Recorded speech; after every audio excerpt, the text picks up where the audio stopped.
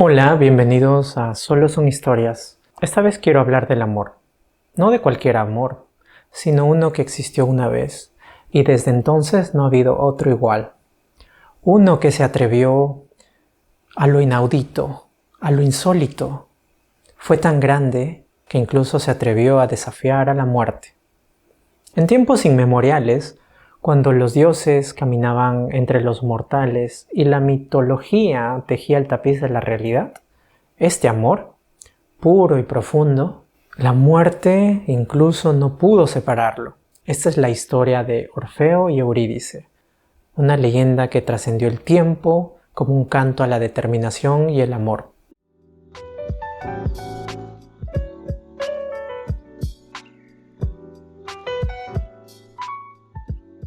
Orfeo era hijo del dios Apolo y la musa Calíope. Este nació con un don excepcional, la música. Su habilidad era tan sublime y su voz tan melodiosa que sus melodías, sus tonos podían encantar a las bestias, hacer que los ríos cambiaran de curso y conmover hasta las mismas piedras.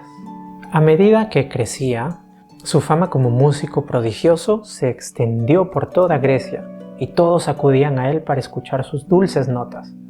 Pero Orfeo, a pesar de ser un virtuoso músico, era un hombre sencillo, sensible y soñador. No le interesaba la riqueza, la fama ni las mujeres. En cambio, lo que él buscaba y anhelaba era lo trascendental, el amor. En su corazón guardaba un espacio vacío que solo podría llenar esa compañera que le hacía falta, esa compañera que estaba buscando y que pudiese compartir su amor por la belleza y la música. Orfeo también es acompañante de Jasón cuando éste va con un grupo de hombres valientes, los argonautas, a recuperar el vellocino de oro. Orfeo era capaz de tocar melodías y apaciguar las tormentas. Era entonces un digno representante de aquella expedición que se fue a la mar y emprendió tan valeroso viaje, y así también su fama creció, obviamente. Eurídice, por otro lado, era una ninfa. Era muy bella y agraciada. Se dice que su cabello era tan hermoso que parecía una cascada de oro líquido y que sus ojos asemejaban dos luceros en la noche. Eurídice compartía la pasión de Orfeo por la música y la belleza. Cuando ella tocaba su flauta, los pájaros y las aves dejaban de cantar para poder escucharla. Así pues, un día, el destino conspiró. ¿Cuándo no el destino, verdad? Siempre haciendo de las suyas, siempre tejiendo el futuro de las personas. El destino conspiró para que Orfeo y Eurídice se cruzaran en el bosque. Mientras Eurídice recogía flores en el campo, Orfeo estaba tocando su lira bajo la sombra de un antiguo roble. Sus ojos entonces se encontraron. El uno miró al otro, y en ese instante se dice que el mundo entero pareció detenerse. Orfeo y Eurídice se enamoraron a primera vista, perdidamente el uno del otro, y su amor fue como una sinfonía perfecta que resonaba en los rincones más profundos de sus almas. El tiempo pasó, y no mucho tiempo tardaron antes de que ambos decidieran casarse. Su amor era tan intenso que parecía inmune a cualquier obstáculo. Pero desde arriba, los dioses del Olimpo no estaban dispuestos a que esta historia de amor continuara sin contratiempos, y el día de su boda, mientras todos estaban celebrando alegremente, la tragedia tocó a su puerta. Un grupo de faunos, criaturas salvajes y silvestres del bosque, atraídos por la belleza de Eurídice, intentaron seducirla.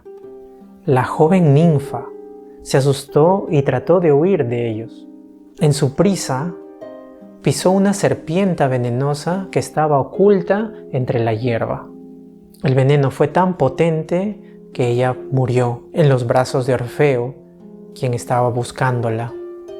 lo dejó sumido en la desesperación y la tristeza. Orfeo no podía aceptar la pérdida de su amada. Rechazaba el consuelo de amigos, de familiares, y decidió emprender una búsqueda audaz y peligrosa para poder recuperar a Eurídice del mismísimo inframundo, donde las almas de los muertos descansan. Estaba solo armado con su lira y su voz melodiosa, pero eso no le importó. Y Orfeo, valiente él, emprendió el viaje y el descenso hacia esos abismos oscuros y misteriosos del Hades. Los dioses del Olimpo desde arriba miraban con asombro y preocupación mientras el músico atravesaba las puertas del inframundo, pasando por el río Estigia, donde Caronte, el barquero de almas, encargado de hacerlas cruzar, se negó a llevarlo. Entonces Orfeo comenzó a tocar su lira y entonar lo que mejor hacía, sus canciones. Las aguas entonces se aquietaron, se calmaron, y Caronte no pudo resistir el poder de la música de Orfeo y decidió llevarlo, hacerlo cruzar al otro lado. Finalmente Orfeo llegó ante el trono de los mismísimos reyes del infierno, Hades y Perséfone, gobernantes de aquel sombrío, carente de luz, desalmado lugar. Allí, con voz pura y su lira encantadora, Orfeo cantó su amor por Eurídice y a través de sus notas musicales suplicó que le fuera devuelta, que Eurídice pudiera, por favor, revivir y acompañarlo al mundo de los vivos. Sus melodías conmovieron incluso los corazones más fríos de los reyes del inframundo. Entonces Hades y Perséfone, conmovidos por la valentía y determinación de Orfeo, decidieron concederle su deseo. Pero había una condición que tenía que cumplir. Eurídice sería liberada del inframundo, sí. Liberada al mundo de los vivos, sí. Pero Orfeo no podía mirarla hasta que Orfeo nuevamente atravesara todo el inframundo y pudiera salir. Entonces Orfeo tenía que confiar ciegamente en que Eurídice lo estaba siguiendo. Orfeo solamente aceptó con gratitud y alegría, y entonces partió nuevamente el camino que ya había recorrido con Eurídice detrás de él. Caminaba y caminaba, pero mientras más avanzaba por los oscuros corredores del inframundo, comenzó a dudar, y la duda lo estaba atormentando.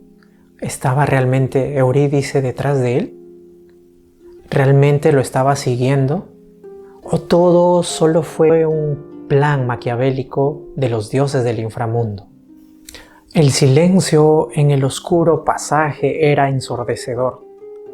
Las almas no hacían ruido. Es por eso que estaba todo en silencio y él solamente podía oír sus propios pasos. Orfeo ansiaba escuchar la voz de Eurídice, por lo menos una sonrisa, una carcajada, y de vez en cuando le suplicaba que por favor le dijera algo, pero lo único que obtenía era silencio. Y se contuvo, recordó lo impuesto por Hades y Perséfone. A medida que él estaba llegando al final del camino, Orfeo en ese momento se detuvo, grave error, y se volvió hacia Eurídice en la penumbra. En ese mismo instante, sus ojos se encontraron con los de ella, que lo miraba con amor, pero tristeza. No pudo evitarlo, y Eurídice nuevamente fue arrastrada al inframundo. Su alma se desvaneció como una sombra al amanecer. Lo único que quedó fue un suspiro largo y triste de Orfeo. El músico había quebrantado la única condición propuesta por los dioses del inframundo, y su amada se fue para siempre. Orfeo estaba devastado. Regresó a la superficie solo pensando en su horror. Pero esta vez no había melodía en su lira, ni alegría en su alma. Sus canciones ahora eran tristes, melancólicas. Se alejó de la compañía de las demás personas y prefirió vivir en soledad. Mientras deambulaba y caminaba en las colinas, su música triste convocaba a las bestias, a los árboles y a las piedras que oían su lamento. Nada podía llenar el vacío que sentía en su corazón. Su música, una vez alegre, se había convertido en una tristeza y en un lamento eterno. Un día, en medio de su tristeza, Orfeo se encontró con un grupo de furiosas criaturas, seguidoras del dios Dionisio, el dios del vino. Ellas no lo reconocieron y lo mataron, rasgaron su cuerpo y tiraron sus miembros al río. Sus restos fueron arrojados al río, donde, al igual que él, su lira fue arrojada al agua, y ésta emitió sus últimas notas, sus últimas melodías de tristeza. Los dioses, conmovidos por la trágica historia de Eurídice y Orfeo, decidieron reunir sus restos y enterrarlos juntos en un lugar sagrado. Se dice que las musas recogieron los pedazos de su lira y la colgaron en el cielo, como la constelación de Lira, que sigue brillando en la noche, que desde arriba sigue tocando esa melodía de un amor infinito, de un amor de dos personas, que vivirá en la eternidad hasta el fin de los tiempos. Muchas gracias por ver este video, por acompañarme en esta narración. Recuerda, estas solo son historias. Nos vemos en el próximo video.